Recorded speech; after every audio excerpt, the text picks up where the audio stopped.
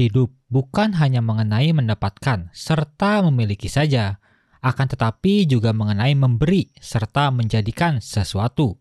Fokuslah untuk mencapai tujuanmu, meskipun banyak hal yang menarik dalam perjalanannya. Sama halnya dalam memiliki sebuah benda seperti PC. Fokuskan dulu ketika kamu mau punya PC, itu mau buat apa. Walaupun terdengar klise, penggunaan PC umumnya sih buat gaming ya. Gaming yang dimaksud bukan gaming 5 FPS lancar pakai emulator ya. Tapi gaming yang beneran gaming dong. Bisa main banyak game dengan lancar dan tentunya nggak 5 FPS doang. Main game 30 FPS aja kadang nggak nyaman. Wong ini 5 FPS. Aduh. Rakitan PC ini datang dari salah satu subscriber asal Palembang dan fokusnya hanya untuk gaming aja. Lalu gimana Zaziu komponennya? Dan apa benar cuma 4 jutaan? Yuk kita simak. Prosesor gaming yang bisa dikatakan termurah dan terbaik saat ini, yaitu Intel Core i3 12100F. Bicara soal price to performance, kita nggak bisa lewatkan prosesor yang satu ini sob. Nyinggung soal speknya, memang terdengar biasa aja, dengan 4 core dan 8 thread, 12 MB L3 cache dan TDP di 58 watt. Tapi secara single core performance, prosesor ini udah sangat kencang untuk kelasnya. Di sini saya dapatkan versi box ya. Biasanya kan saya beli yang versi try itu ya. Tapi ini second. Walaupun second masih bergaransi resmi hingga 2026. Karena ini box, jadi tentunya dapat fan stock cooler yang nantinya akan saya gunakan juga untuk rakitan ini. Prosesor ini saya bisa katakan membantai prosesor-prosesor generasi di bawahnya seperti Core i3 Gen 10 atau Core i5 Gen 9 ke bawah. Tapi dengan catatan untuk versi tray-nya ya. Karena versi tray-nya pada beberapa kasus itu harganya bisa di bawah 800.000. Gila nggak tuh? Apa kabar prosesor yang generasinya lebih lawas tapi punya harga yang di atas ini? Mati suri aja dah. Alasan saya beli versi box karena ini harganya sama sob, ada di 800 ribuan, masih garansi resmi dan tentunya dapat fan stock cooler. Karena nggak ada lagi budgetnya buat beli cooler tambahan, jadi ya beli versi yang full set box. Walaupun kamu bisa aja sih pilih yang versi tray plus stock coolernya dibeli secara terpisah, tapi ya tetap harganya bakal mepetin 900. Karena budgetnya tipis-tipis, di sini saya pakai Mobo Basic H610M dari Kyo Kaizen. Ini juga pertama kalinya saya pakai Mobo dari Kyo. Packagingnya seperti biasa, sangat pelit. Untuk unitnya sendiri gak banyak yang bisa dibahas sih ya, semuanya serba standar aja. Mungkin ini aja nih satu, dia bisa kasih kita 3 slot M.2. Yang atas itu untuk NVMe, yang bawah ini bisa dipasangin M.2 IV dan juga NVMe lagi. Semuanya masih PCIe 3 ya, kecuali untuk kali 16 atau slot VGA, itu sudah PCIe 4. I.O. portnya juga standar aja sih, tapi udah kasih kita 3 display output, yaitu 2 HDMI dan 1 DP. Motherboard ini bisa jadi pilihan buat teman-teman kalau benar-benar mau press budget. Prosesor tray ditambah Mobo murah, buat harga sendiri ada di 855.000. RAM mainstream yang sudah lalu lalang, entah di rakitan channel ini maupun di channel lain juga ya. Tim Elite Plus 2x8 GB 3200 MHz. RAM budget ini cocok disandingkan dengan komponen budget lainnya. Ya intinya cari murah tapi bagus. Gak usah dibahas lebih panjang deh, intinya ini produk bagus untuk harganya. Distributornya juga bagus pula dari Foxhound. Harganya sendiri ada di sekitar 475.000. Nah, muncul lagi nih NVMe budget dari merek yang sama. Beberapa viewer Tomatech mungkin bakal bosen banget ya lihat ini produk, yaitu tim MP33 256 GB.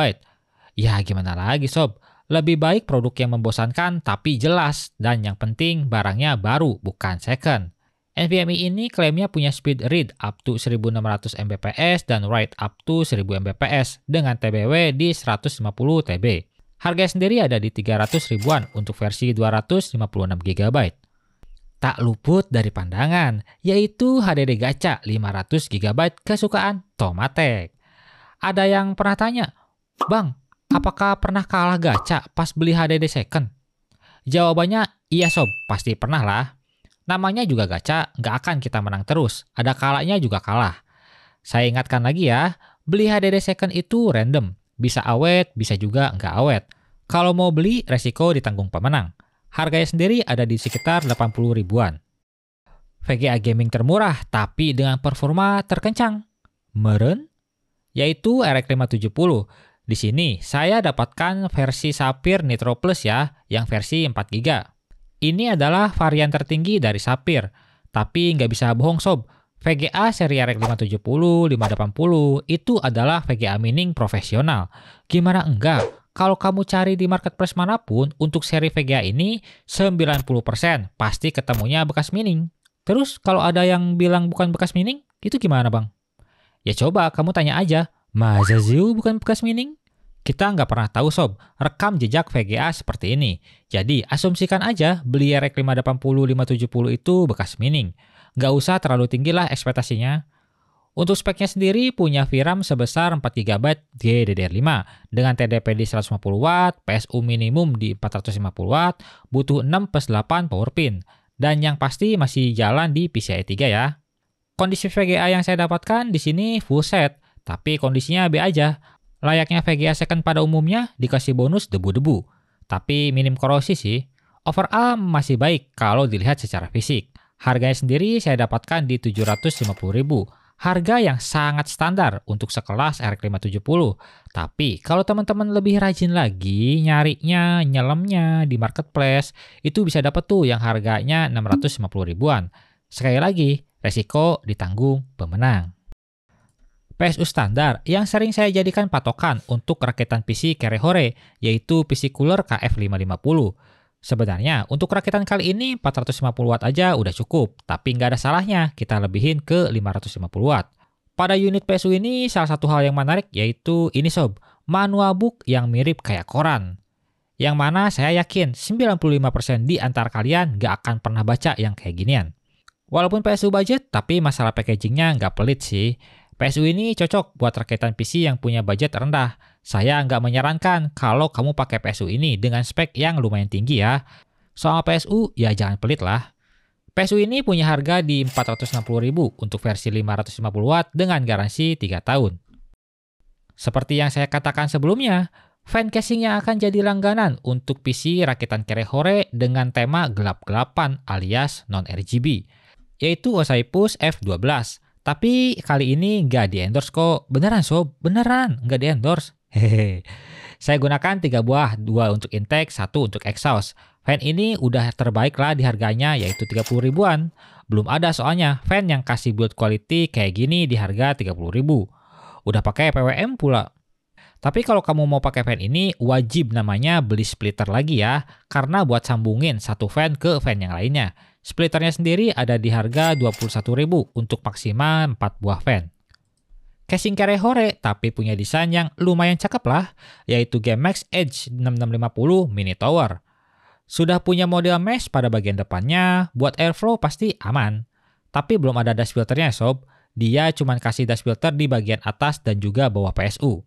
Front panelnya ada di bagian atas depan, standar aja sih. Casing ini sudah free 1 buah fan RGB fix di bagian belakang sob.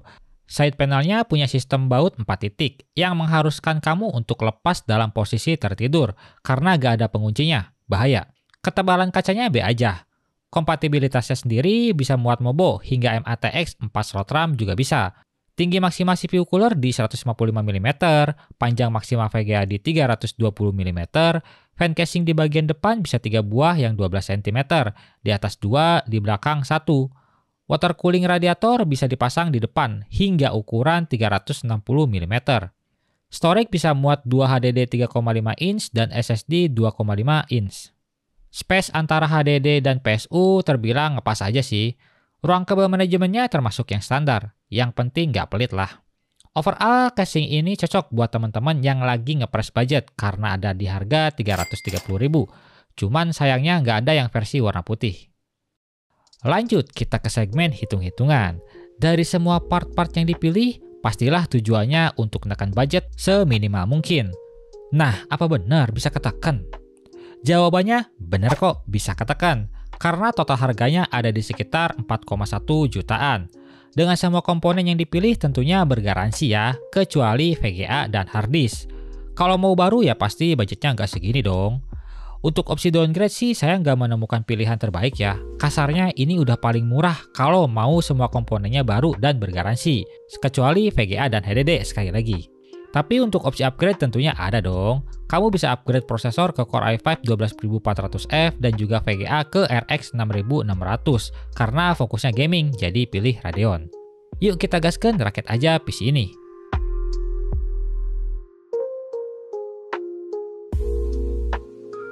Jujur, saya menemukan satu kesulitan merakit PC ini, yaitu ada di stok cooler Intel.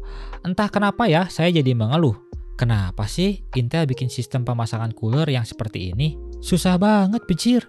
Ya, menurut saya, sesulit-sulitnya pasang CPU cooler adalah memasang stok cooler dari Intel. Kalau AMD mah enak, tinggal buat-buat doang. Yuklah lanjut.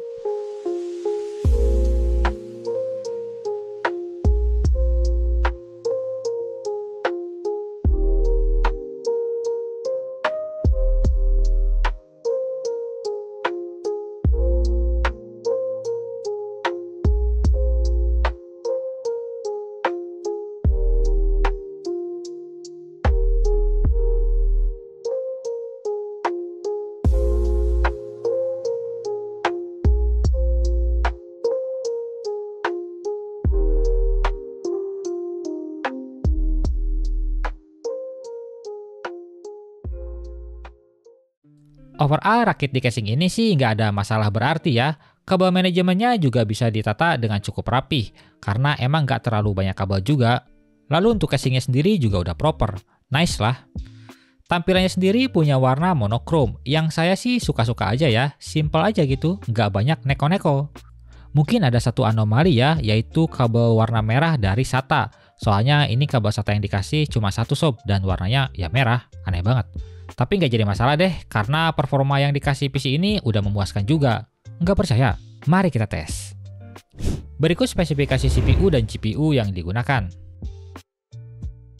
Pada Cinebench R23, si Core i3 12100F mendapatkan skor single core di 1587 dan multicore di 7879. Nah, single core-nya lumayan kenceng kan? Soalnya rata-rata game itu masih ngandelin single core, walaupun ada beberapa yang ngandelin multicore, tapi nggak sebanyak yang ngandelin single core. Mantap lah buat harganya yang murah. Lalu, misal kalian nggak ada budget lagi buat beli cooler, tenang aja sob, stok cooler Intel ini masih aman kok buat dipakai. Maksimal suhunya ada di 79 derajat. Pada Trinamic TimeSpy mendapatkan overall score di 4149. Dan di Firestrike mendapatkan overall score di 11.619.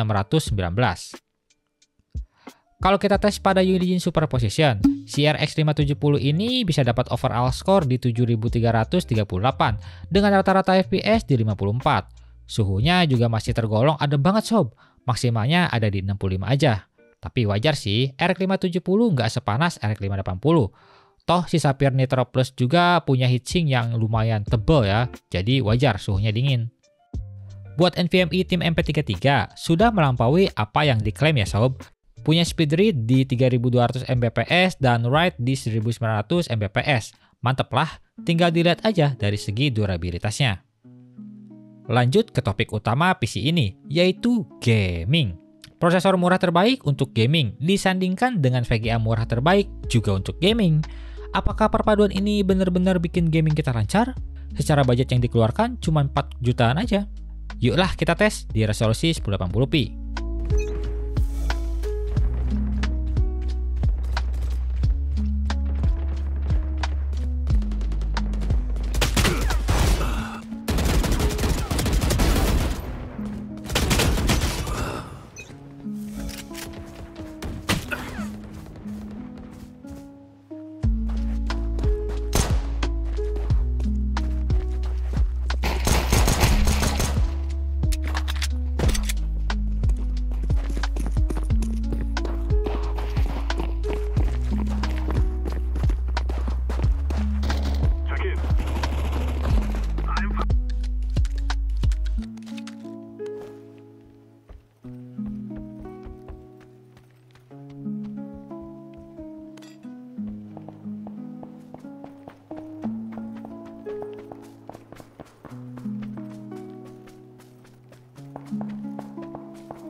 Shaggy bark.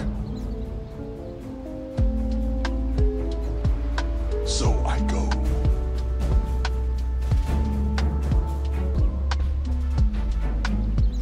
Naturally.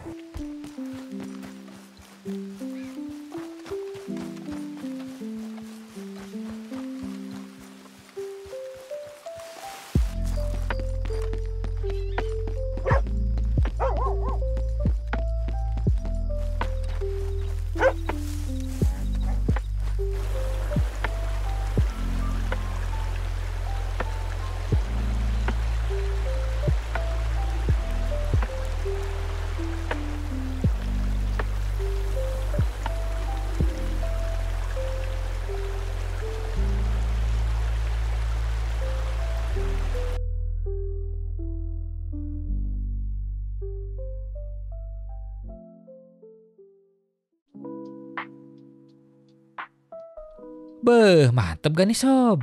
4 jutaan udah bisa gaming di banyak game.